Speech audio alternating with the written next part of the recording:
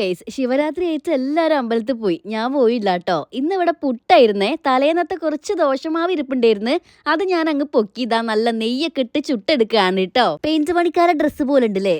ആ നോക്കണ്ട ദോശമാവാ. ഞാൻ ദോശ ചുടുകയാണെങ്കിലും ഇനിയിപ്പോ ചപ്പാത്തി ചുടുകയാണെങ്കിലും അതിന്റെ പകുതി സാമഗ്രികൾ എന്റെ ദേഹത്തുണ്ടാവും. ആക്ച്വലി ഈ ചെറുപയർ കറി പുട്ടിലേക്ക് ഉണ്ടാക്കിയതാണ് കേട്ടോ. വേറെ കറി ഇല്ലാത്തതുകൊണ്ട് ദോശയിലേക്ക് അത് തന്നെയാണ് കൂട്ടുന്നത്. പക്ഷെ നെയ്യൊക്കെ ഇട്ട് ചുട്ടോണ്ടാന്ന് തോന്നുന്നു. നല്ല ടേസ്റ്റ് ഉണ്ടായിരുന്നു. പാത്രം കഴുകാൻ എനിക്ക് പണ്ടേ ഇഷ്ടമേ അല്ല കേട്ടോ. അടുക്കള തിണ്ണ ഇതുപോലെ അങ്ങ് തുടച്ചെടുത്താൽ ഭയങ്കര ഒരു സാറ്റിസ്ഫാക്ഷൻ ആണ് എനിക്ക്. പകുതി പണി കഴിഞ്ഞ പോലെ തോന്നും. എന്നിട്ട് ഞാൻ നേരെ പോയത് അലക്കാനുള്ള തുണി ഇടാൻ വേണ്ടിയിട്ടാണ്. പിന്നെ വേറൊരു കാര്യമുണ്ട്, ആ തിണ്ണ എപ്പോഴും തുടച്ച പോലെ തന്നെ വെക്കാനൊന്നും നമുക്ക് പറ്റില്ല. അടുത്ത പണി വന്നിട്ടുണ്ട്.